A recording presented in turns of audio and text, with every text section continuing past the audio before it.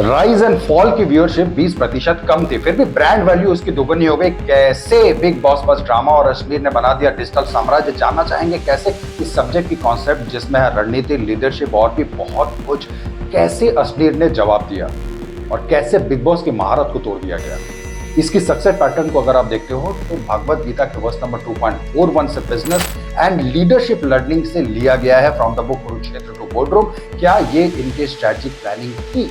Strategic planning इसमें क्या रही?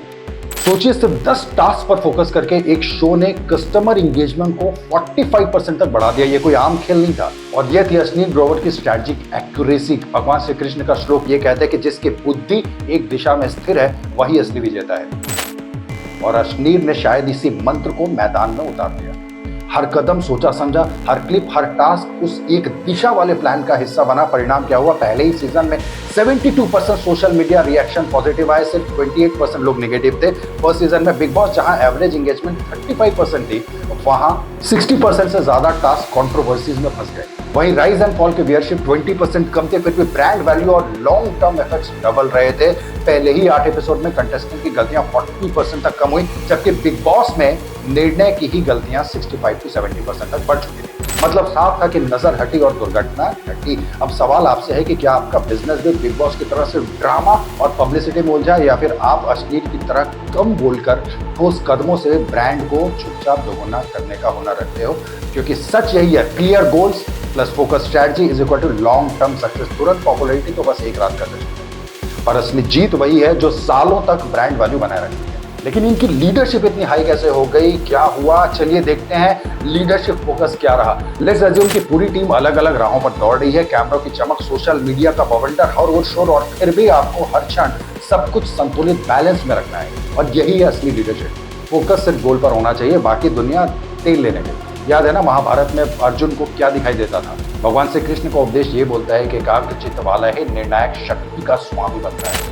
राइज एंड फॉल में अश्लील ग्रोवर ने यही साबित किया। वो महज कंटेस्टेंट नहीं थे, इस शो के लोग की बात कर रहा हूँ। वो महज कंटेस्टेंट नहीं थे, वो मतलब कि जो शो में कंटेस्टेंट्स हैं, वे उस मंच की हार्ट बीट पर पकड़ रखने वाले कैप्टन्स थे। हर चाल, हर भाव, हर दर्शक रुझान सब पर पैनी निगाह थी। नतीजे गवाह हैं कि पहले ही सीजन में टास्क अनसक्सेसफुल रेट 38% से घटकर 15% हो गया। कस्टमर इंगेजमेंट उछलकर 57% तक पहुंच गया। एक ही दिन में सोशल मीडिया पर 1.5 करोड़ से भी अधिक इंटरेक्शंस हुए। वहीं बिग बॉस में एवरेज 62% डिसओरिएंटेशन के कारण 1/3 काम इनकम्प्लीट रह गया। वही राइज एंड फॉल ने इसे सिर्फ 18% तक सीमित कर दिया। हर टास्क ने एवरेज 15 लाख डिजिटल शेयर्स और री एंगेजमेंट जुड़ा, जबकि बिग बॉस मुश्किल से 7 to 8 लाख तक ही पहुंच पाया। और यही असली फर्क है शोर में बहने वाले और परिणाम गढ़ने वाले नेता में। तो सोचिए कि क्या आप उस भीड़ में शामिल हैं जो पल भर की सुर्खियों पर खुश हो जाते हैं, या उस कप्तान के जैसे हैं जो हर चाल पर काबू रखते हुए पूरी टीम को अपनी दिशा में मोड़ देता है। लेकिन इस ग्रैंड प्रोजेक्ट मैनेजमेंट का क्या हुआ? प्रोजेक्ट मैनेजमेंट के लोगों ने इतने बड़े लेवल पे राइज एंड फॉल का कैसे किया? सोचते हैं कि लाखों आंखें स्क्रीन पर टिकी हैं, हर सेकंड सोशल मीडिया पर ट्रेंड में बदल रहा है और हर एपिसोड पर लगा हुआ है करोड़ों का दांव। ऐसे माहौल में असली खिलाड़ी वही है जिसकी बुद्धि पूरी तरह से focused, organised and result oriented होती है। ये किताब कहती है कि सच्चा प्रोजेक्ट मैनेजर वो है जो हर चुनौती को गेम चेंजर बना देता है। राइज एंड फॉल में अश्लील ग्रोवर ने इसे माइक्रो लेवल तक लागू किया। हर टास्क उनके लिए सिर्फ खेल नहीं था, बल्कि बारीकी से डिजाइन किया गया एक बिजनेस प्रोजेक्ट था। नतीजे ये बोलते हैं कि टास्क सक्सेस रेट 82%, जबकि रियलिटी शो का एवरेज सक्सेस रेट 50 to 55% ही है। और सोशल मीडिया पर हर टास्क के बाद अप्रोक्सीमेटली 2.3 करोड़ से ज्यादा इंटरेक्शंस हो रहे थे। ऑडियंस रिटेंशन 74%, बिग बॉस का केवल 50% और less than 50%। So the real magic was the clipping strategy. Her highlight इस तरह से एडिट किया गया कि दर्शक खुद कहते थे कि बस एक क्लिप और देख लेते हैं, एक क्लिप और देख लेते हैं, और देखते ही देखते पूरा एपिसोड खत्म हो जाता था। डिजिटल बस 65% तक बढ़ा, जबकि बिग बॉस सिर्फ 30% पर रन करा। ये सिर्फ कंटेंट की ताकत नहीं थी, एक्यूरेट प्रोजेक्ट मैनेजमेंट का कमाल है। हर टीम मेंबर, हर पोस्ट, हर प्लेटफॉर्म सब नतीजे की डोर से बंधे हुए थे। ट्विटर पर अलग हुक चल रहा था, इंस्टाग्राम पर धमाका चल रहा था, यूट्यूब पर ऐसा कट जो दोबारा देखने को मजबूर कर दे। तो सवाल आपसे ये है कि क्या आपका बिजनेस भी पुराने ढर्रा पर फंसा हुआ है, या फिर आप हर स्टेप पर इनोवेशन, हर क्लिक पर रणनीति और रियल टाइम फीडबैक के जरिए अपने प्रोजेक्ट को डिजिटल सोना बना सकते हो? क्योंकि असली फायदा यही है, systematic process plus innovation plus real time feedback is equal to explosive growth of brand value. Rise and fall ने यह दिखाया कि प्रोजेक्ट मैनेजमेंट केवल डेडलाइन और बजट नहीं है, बल्कि ये वो आर्ट है जो पॉपुलैरिटी से आगे जाकर एक डिजिटल साम्राज्य बना सकती है। लेकिन क्या इसमें कुछ इनोवेशन भी था? चलिए वो भी समझ लेते हैं। कल्पना कीजिए कि हजारों लाइट्स की चमक, दर्जनों कैमरे और सोशल मीडिया की पल पल बदलती नजर और पल पल बदलती नब्ज। ऐसे माहौल में असली खिलाड़ी तो वही होता है जो हर जटिलता को काट कर रास्ता साफ कर दे, क्योंकि भगवान श्री कृष्ण का संदेश बहुत क्लियर था। एकाग्र बुद्धि वही है जो अनावश्यक उलझनों को मिटाकर काम को सरल बनाती है और परिणाम को तेज करती है। राइज एंड फॉल में अश्लील ग्रोवर ने इसे जीवंत उदाहरण में बदला।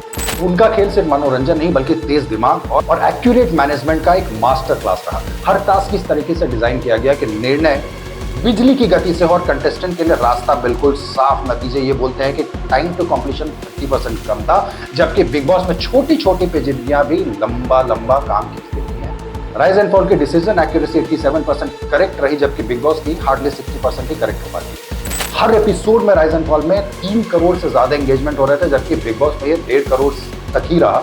ऑडियंस रिटेंशन 76% तक था। दर्शक शुरू से अंत तक स्क्रीन से चिपके ही रहे, उठने का मौका ही नहीं दे रही थी। अश्लील की टीम ने क्लिपिंग और पोस्ट प्रोडक्शन को इस तरीके से स्ट्राइम किया कि समय और संसाधन दोनों बचे और डिजिटल इफेक्ट उसका डबल हो गया। सवाल आपसे है कि क्या आपके प्रोजेक्ट भी पुराने ढर्रे पर फंसे हैं, जहां मीटिंग और अप्रूवल केवल समय को खा रहे हैं, या आप अश्लील की तरह डेटा संचालित नवाचार से हर स्टेप आसान बनाकर अपने ब्रांड को डिजिटल सुनामी में बदल सकते हैं? क्योंकि असली जीत तत्कालीन शोर में नहीं है, बल्कि संगठित और एकाग्र दृष्टि में है, जो मनोरंजन को भी दीर्घकालीन ब्रांड वैल्यू में बदल देती है। लेकिन क्या इंप्लॉय प्रोडक्टिविटी के बारे में लोगों ने सोचा, ध्यान दिया? चलिए वो भी समझने की कोशिश करते हैं। ऐसा समझिए कि शोर शराबा, कैमरों की चमक और लाखों नजरें आपकी हर चाल पर, ऐसे माहौल में क्या कोई टीम बिना एक्यूरेसी, लीडरशिप और फोकस के सफल हो पाएगी? राइज एंड फॉल में अश्लील ग्रोवर ने इसे जीवंत करके दिखाया। उन्होंने हर प्रतियोगी की ताकत और कमजोरी को भांप कर टास्क इस तरीके से डिजाइन किए कि फोकस हाई लेवल पर रहे और प्रेजेंटेशन अपनी लिमिट को क्रॉस कर दे। एवरेज टास्क कंप्लीशन रेट 92% रहा, जबकि बिग बॉस में इट्स हार्डली 65%। सारे कंटेस्टेंट के रोल्स बहुत क्लियर थे और रिस्पॉन्सिबिलिटी देकर डिसीजन फैटिग को कम किया गया, इंगेजमेंट लेवल को बढ़ाया गया। लगातार सिस्टमैटिक फीडबैक से प्रेजेंटेशन स्टेबल रहा और हमेशा के लिए कंसिस्टेंसी बनी रही। कॉन्फ्लिक्ट रिजोल्यूशन टाइम 40% तेज हुआ, जबकि बिग बॉस में विवाद कई एपिसोड तक खींचता ही चला गया। एक ऑडियंस सर्वेंस हुआ जिसमें यह बताया गया कि perceive productivity score 4.73 out of 5 rise and fall का, जबकि बिग बॉस में it was hardly 3 out of 5। Viewers retention rate भी राइज एंड फॉल का 80% था। दर्शक शुरू से अंत तक जुड़े ही रहते थे, उठने का मौका ही नहीं दे रहे थे। और यही है ताकत जो focus, clear responsibility and structure से आती है, जहां टीम एक साथ चलती है और प्रेजेंटेशन हाई लेवल पे होता है। सवाल आपसे है कि क्या आपकी टीम भी ऐसे माहौल में काम कर रही है जहां क्लैरिटी, रिस्पॉन्सिबिलिटी और स्ट्रक्चर हर चीज को कंट्रोल कर रही है, या फिर बिग बॉस की तरह अराजक ड्रामे और भ्रम में उलझी टीम के कारण प्रदर्शन ही खो बैठे हैं? क्योंकि सच्चाई ये है कि focus plus responsibility plus structure is equal to productivity की next level. Rise and fall ने यह दिखाया कि क्लियर लीडरशिप और सिस्टमैटिक दृष्टिकोण से आप न केवल शो को बल्कि किसी भी संगठन को असाधारण बना सकते हैं। लेकिन क्या राइज एंड फॉल की टीम ने कस्टमर सेंट्रिक अप्रोच के बारे में कुछ सोचा? कल्पना कीजिए कि आप सेट पर हैं या बोर्डरूम में बैठे हैं, हर कदम पर नजरें टिके, हर निर्णय सीधे दर्शक या ग्राहक के अनुभव पर असर डालता है। अब सवाल यह है कि क्या आप सिर्फ अपने अंदर की योजना पर भरोसा करेंगे या वही बुद्धि अपनाएंगे जो बाहरी हितधारकों की अपेक्षाओं और अनुभव को सर्वोपरि मानती हैं। भगवान श्री कृष्ण कहते हैं कि संकल्पित और एकाग्र बुद्धि केवल भीतर ही नहीं बल्कि बाहरी अपेक्षाओं पर भी केंद्रित होनी चाहिए। राइज एंड फॉल में अश्लील ग्रोवर ने इसे मैजिक की तरह इंप्लीमेंट किया। हर टास्क, हर क्लिप, हर इंटरैक्शन व्यूअर फीडबैक के साथ रणनीति में सीधा साबित। नतीजे शानदार रहे। Viewers engagement time 28%, big boss में सिर्फ 18%। रियल टाइम फीडबैक लूप ने भी एलिमिनेशन डिसीजन को 35% तेज और ज्यादा स्वीकार्य बनाया। सब्सक्राइबर ग्रोथ 3 महीनों में 22%। फैन पोल्स में customer loyalty index 4.6 out of 5, जबकि बिग बॉस में ग्रोथ केवल 10% और लॉयल्टी इंडेक्स 3 आउट ऑफ 5। सोचिए एक ऐसा शो जहां दर्शकों की पसंद, सोशल मीडिया सेंटीमेंट और रियल टाइम वोटिंग सीधे रणनीति में असर डाल रहे हैं, और यही है कस्टमर एक्सपीरियंस ऑप्टिमाइजेशन की असली कमाल।